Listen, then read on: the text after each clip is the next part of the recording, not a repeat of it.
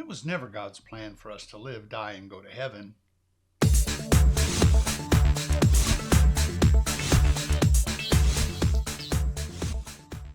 My name is Ray Evans. I'm the author of The Gospel According to God and several other inspired works, including The Endtimes, What You Need to Know Right Now. And this is Christianity Explained in 5 minutes.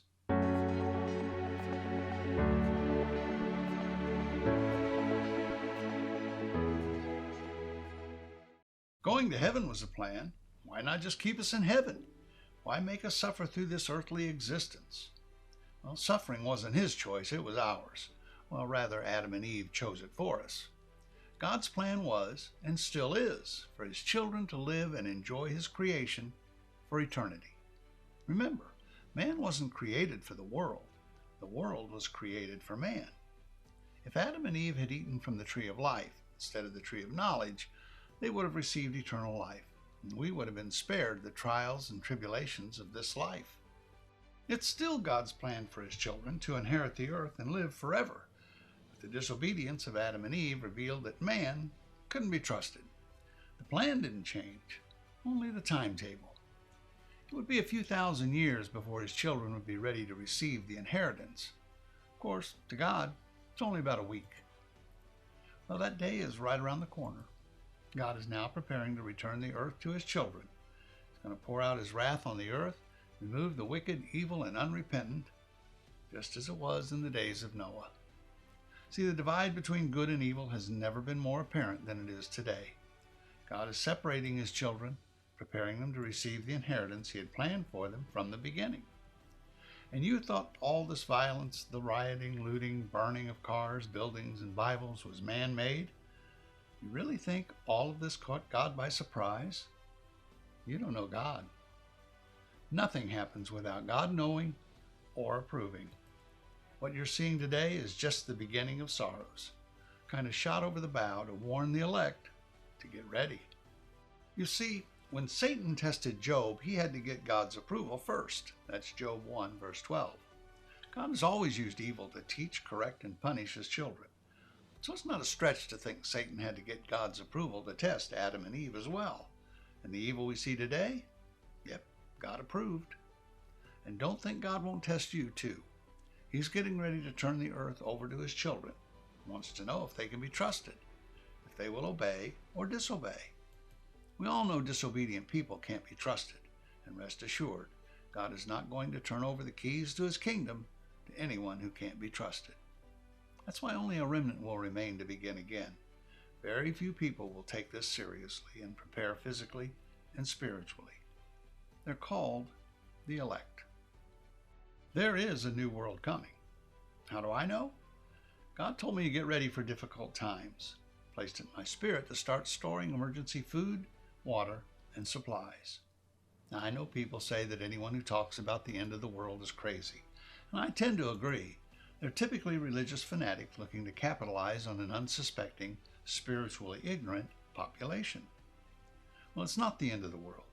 Jesus is not coming on a white horse to take all the good people to heaven.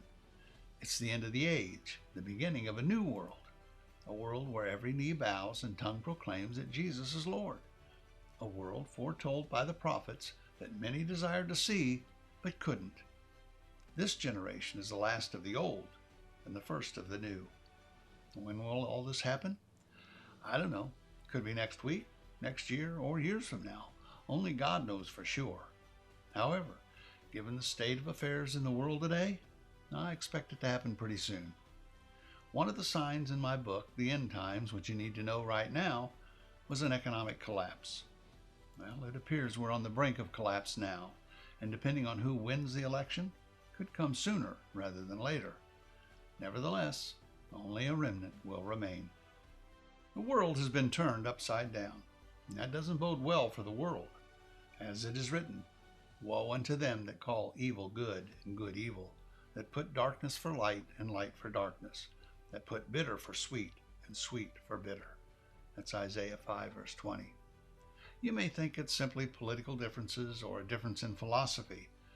This is an all-out attack on God. A genderless, godless world is not what God had in mind. and the world will soon experience God's wrath as he removes the wicked, evil, and unrepentant from the earth, just as it was in the days of Noah. No one knows the day or hour, but rest assured, it's going to get worse, a lot worse, before it gets better. It's not the end of the world, but it is the end of the world as we know it, and the beginning of a new world. Now think about this for a minute. 1,000 years of peace on earth, 1,000 years without evil, 1,000 years where everyone believes the same. The earth is our inheritance. Can you even comprehend a world such as this? What? You don't believe it? When Jesus said, "Blessed are the meek, for they shall inherit the earth," you think he was just kidding? The kingdom of heaven is at hand, so prepare yourself for difficult times. And remember, Noah wasn't immune from the ravages of the flood. He was warned. If Noah hadn't obeyed God and built an ark, he would have perished with the rest of the world. Oh, the rest of the world? They didn't believe it either. In case I failed to mention it, only those who have been reborn spiritually will remain to rule and reign with Christ in the coming kingdom. So until you're reborn spiritually, nothing else matters. On our next broadcast, are you a hypocrite? I'll find out tomorrow on Christianity Explained in 5 minutes. Till then, this is Ray Evans. Thank you for listening. May God richly bless you on your journey through life.